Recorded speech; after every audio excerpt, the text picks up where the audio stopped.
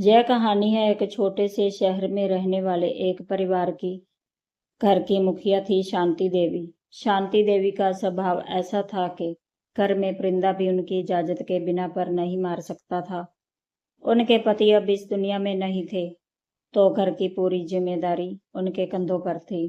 उनका एक बेटा था आकाश और एक बेटी थी संगीता। आकाश की शादी अभी कुछ महीने पहले ही नीतू से हुई थी। नीतू एक बहुत ही सीधे साधे परिवार से आई थी। नीतू की अपनी सगी माँ तो बचपन में ही चल बसी थी, तो उसे उसकी सौतेली माँ ने ही पाला था। जब शादी की बात चल रही थी, तो मोहल्ले की कुछ औरतें शांति देवी के पास आकर बैठ जाती और कहती, अरे शांति, तू ये क्या कर रही है? सौतेली माँ की बेटी को बहू बना रही है। सुना नहीं कि सौतेली माँ कभी अच्छी नहीं होती। उसने इस लड़की को क्या सिखाया होगा, जरा सोच समझ कर फैसला करना।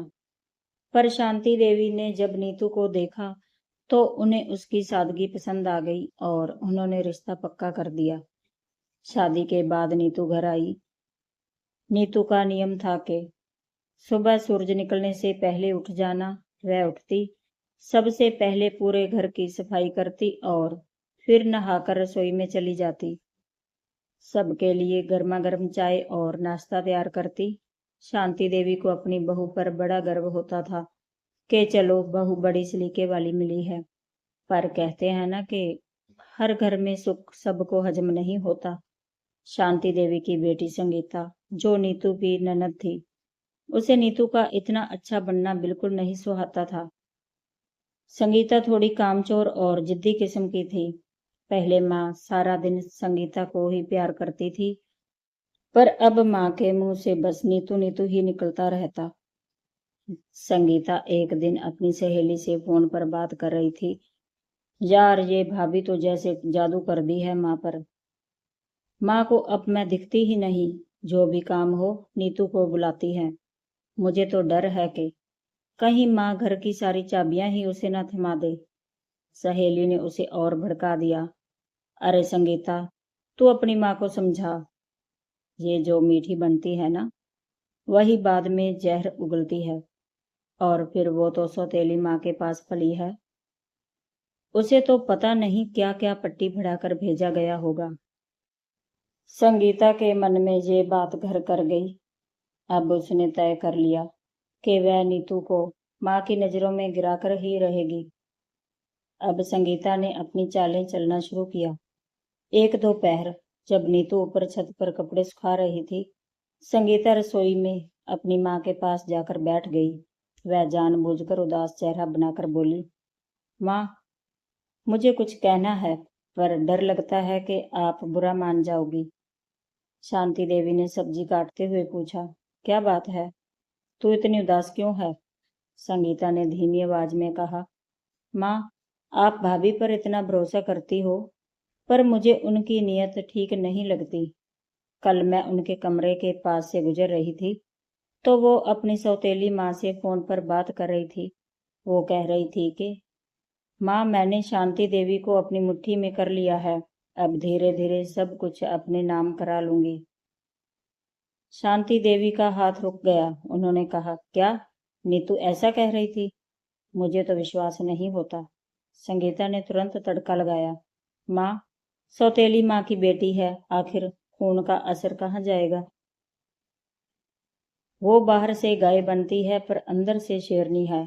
आप बस देखते जाओ वो कैसे इस घर में फूट डालती है। शांति देवी के मन में शक का बीज पड़ चुका था। अब वो नीतू को शक की निगाह से देखने लगी। अगले दिन नीतू ने बड़े प्यार से कड़ी चावल बनाए थे। संगीता को मौका मिल गया। जब नीतू किसी काम से बाहर गई, संगीता ने रसोई में जाकर कड़ी में आधा डिब्बा नमक और खूब सारा लाल मिर्च पाउडर डाल दिया। दोपहर को जब सब खाने बैठे, तो शांति देवी ने जैसे ही पहला निवाला लिया, उनका मुंह जलने लगा। उन्होंने पानी पिया और चिल्लाई, नीतू, ये क्या बनाया है? मारना चाहती है क्या हमें? नीतू डर गई। क्या हुआ माँ जी?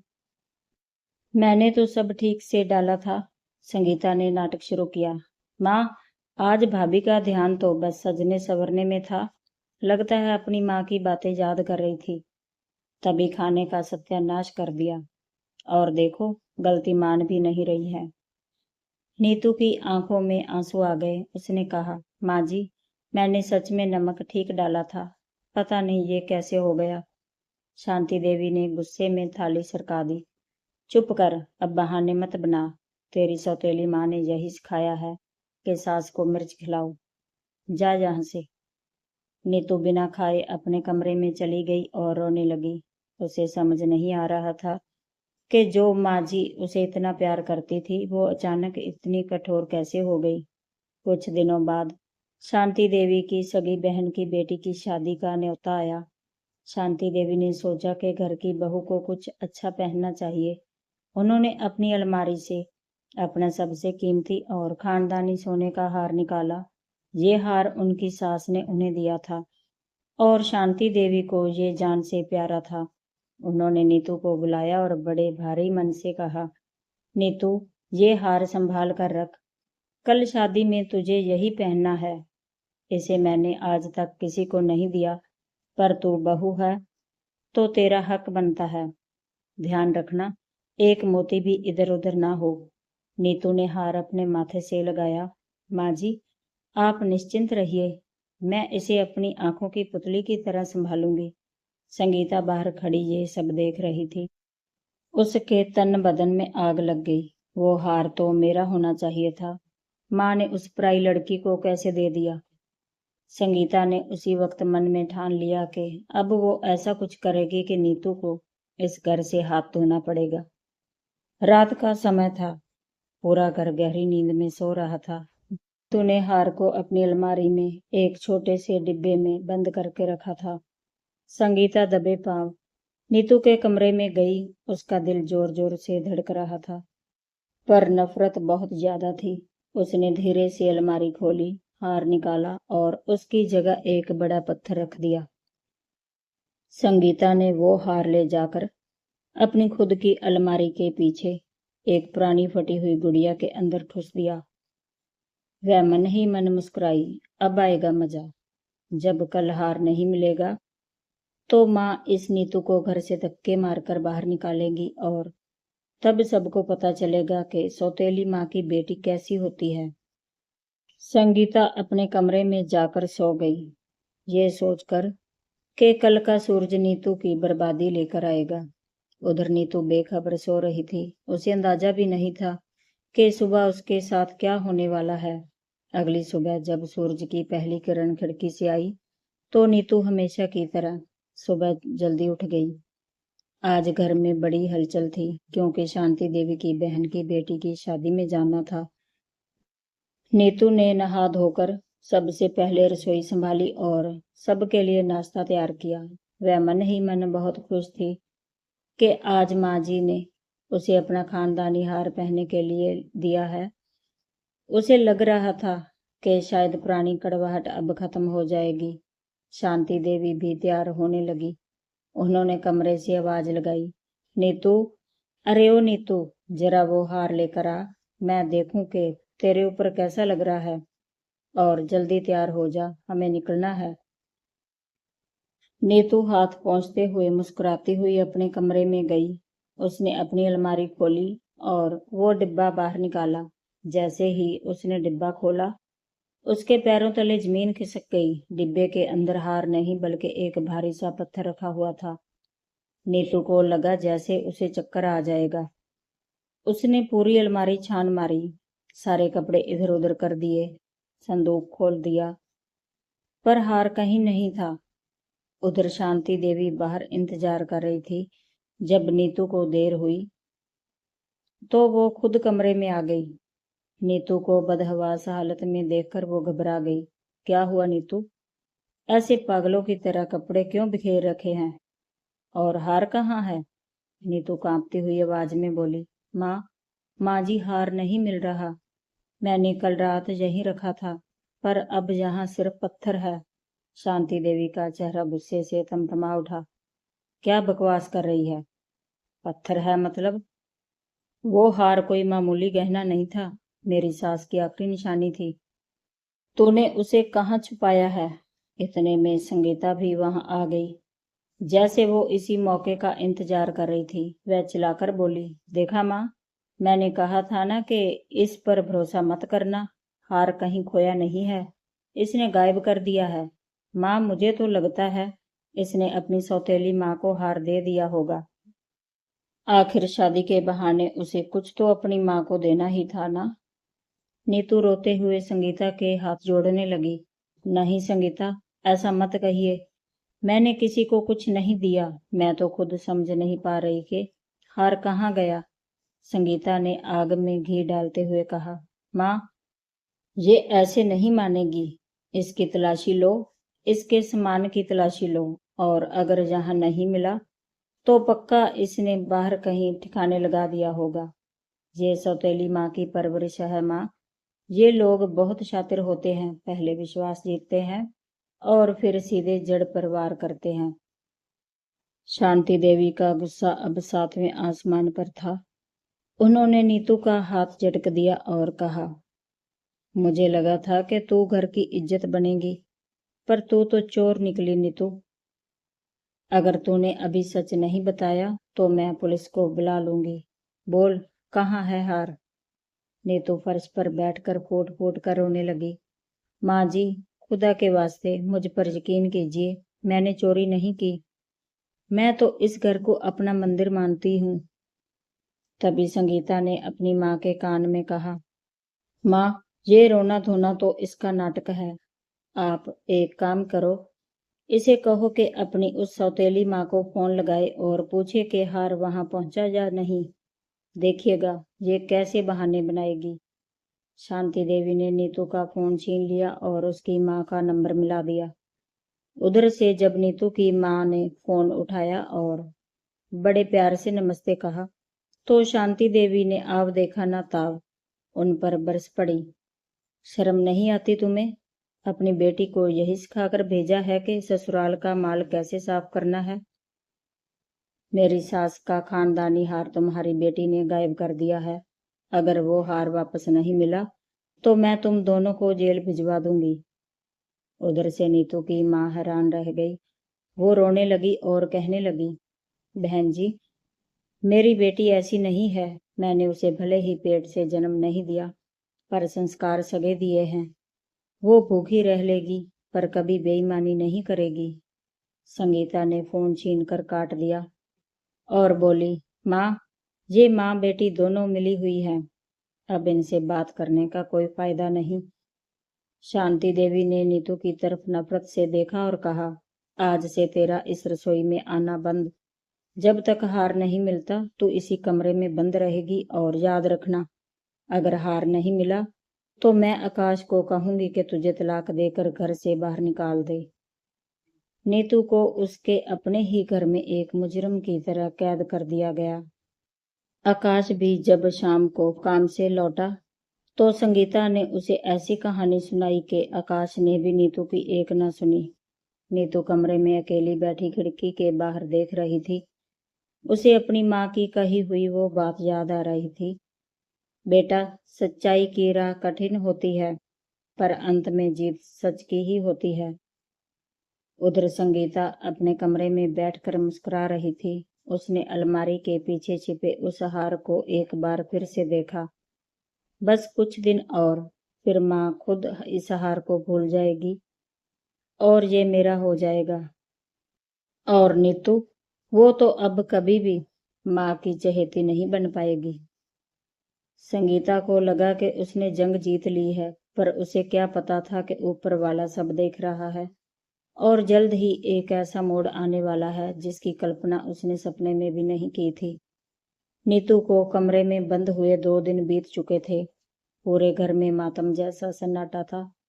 शांति देवी का मन भी भारी था। उन्हें बार बार नीतू का वो रोता हुआ चेहरा याद आता, पर संगीता के बोए हुए शक के बीज उनके दिल में कर कर चुके थे। उधर संगीता अपनी जीत की खुशी में डूबी हुई थी।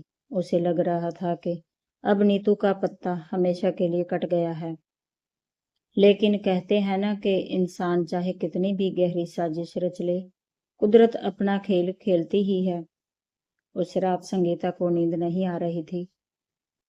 उसे बार बार डर लग रहा था कि कहीं कोई हार देख ना ले। उसने सोचा कि क्यों ना हार को पुरानी गुड़िया से निकालकर कहीं और छुपा दिया जाए। रात के करीब 2 बज रहे थे। संगीता दबे पांव अपनी अलमारी के पास गई। उसने वो फटी हुई गुड़िया निकाली और उसमें से सोने का हार बाहर निकाला। हार की चमक देखकर उसकी आंखों में लालच आ गया। वह हार को शीशे के सामने खड़े होकर अपने गले से लगाकर देख रही थी और मन ही मन कह रही थी, ये हार तो बना ही मेरे लिए है। उस सौतेली माँ की बेटी के पास ये क्या शोभा देता। भी अचानक शांति देवी की नींद खुल गई क्योंकि उन्हें प्यास लगी थी। वो सीधा रसोई में गई। जब वह पानी पीकर वापस अपने कमरे की तरफ जा रही थी तो उन्होंने देखा कि संगीता के कमरे की रोशनी जल रही है और दरवाजा थोड़ा खुला है। शांति देवी को लगा कि शायद संगीता की तबीयत ठीक नहीं है। वह जैसे ही कमरे के पास पहुंची, उन्होंने जो देखा उसे देखकर उनके पैरों तले से जमीन खिसक गई। अंदर संगीता वही खानदानी हार गले में डालकर खुद को शीशे में निहार रही थी और खुद से बातें कर रही थी। माँ भी कितनी पागल है, जरा सा शक किया और नीतू को मुजरिम बना दिया। अब ये हार मेरा है। शांति देवी का कलेजा मुंह को आ गया। जिस बेटी को उन्होंने अपनी जान से ज्यादा चाहा, वही उनकी पीठ में छुरा घोंप रही थी और जिस बहू को वो सौतेली माँ की औलाद कहकर जलील कर रही थी, वो बेकसूर थी। शांति देवी ने जोर से दरवाजा धक्का देकर खोला। संगीता के हाथ से हार छूटकर जमीन पर गिर पड़ा। उसके चेहरे का रंग सफेद पड़ गया। माँ, आप यहाँ? शांति देवी की आंखों में नफरत और दुख के आंसू थे। उन्होंने कड़कती आवाज में कहा, तो ये है तेरी असलियत। अपनी सगी भाभी को घर से निकालने के लिए तूने इतनी गिरी हुई हरकत की और मैं पागल जो तेरी बातों में आकर एक मासूम बच्ची की जिंदगी बर्बाद कर रही थी। शांति देवी ने तुरंत हार उठाया और सीधे नीतू के कमरे की तरफ भागी। उन्होंने दरवाजा खोला और अंदर देखा कि नीतू फर्श पर सोई हुई थी। उसकी आंखों के नीचे काले घेरे पड़ गए थे। शांति देवी ने उसे जगाया और उसके गले लगकर फूट फूट कर रोने लगी। नीतू घबरा कर उठी। क्या हुआ माँ जी, आप रो क्यों रही हैं? शांति देवी ने कांपते हाथों से हार नीतू के हाथ में रखा और कहा, बेटी मुझे माफ कर दे। मैं हार गई और तेरी माँ की परवरिश जीत गई। ये हार संगीता के पास मिला। उसने तुझे फंसाने के लिए ये सब किया था। इतने में आकाश और संगीता भी वहां पहुंच गए। आकाश को अपनी बहन पर बहुत गुस्सा आ रहा था। उसने चिल्लाकर कहा, संगीता, तूने इस घर की इज्जत मिट्टी में मिला दी। आज के आज तू इस घर से निकल जा। शांति देवी ने भी कह दिया, हाँ, जिसने अपनी भाभी का अपमान किया उसका इस घर में कोई स्थान नहीं। संगीता रोने लगी। माँ, मुझे माफ कर दो। भाई, मुझसे गलती हो गई।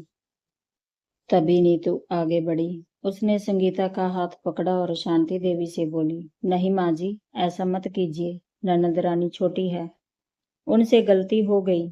अगर आज वो घर से निकल गई तो लोग क्या कहेंगे? और माँ जी, मेरी माँ ने मुझे सिखाया है कि परिवार का मतलब एक दूसरे की गलतियों को सुधारना होता है, उन्हें घर से निकालना नहीं। नीतू की ये बात सुनकर शांति देवी और आकाश की आंखों में फिर से आंसू आ गए। शांति देवी ने नीतू को प्यार से कहा, सच कहा था तेरी माँ ने। परवरिश सगी या सौतेली नहीं होती, परवरिश तो दिल से होती है। उसने तुझे हीरा बनाया है नीतू। अगले दिन शांति देवी ने खुद फोन लगाकर नीतू की माँ से माफी मांगी।